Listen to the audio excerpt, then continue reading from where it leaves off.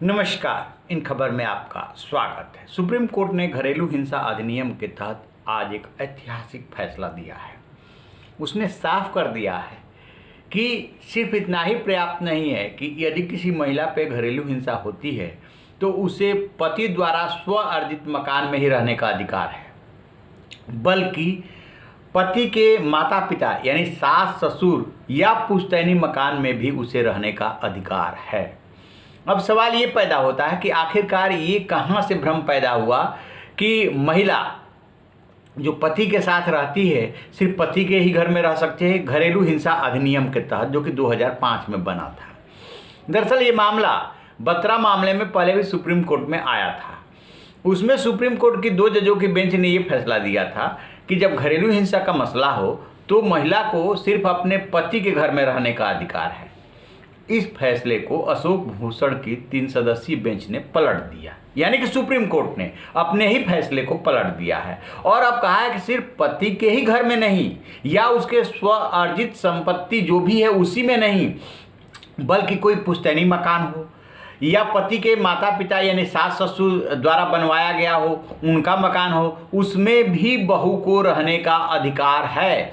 यानी कि महिला के जो संपत्ति में हक है, रहने का जो हक है, उसका दायरा सुप्रीम कोर्ट ने बढ़ा दिया। अब आप ये सोच रहे होंगे कि चलिए इनको जो अधिकार मिला हुआ है वो सिर्फ पति के स्व अर्जित मकान तक ही था। नहीं, अब वो चला गया पुश्तैनी तक और सास ससुर तक।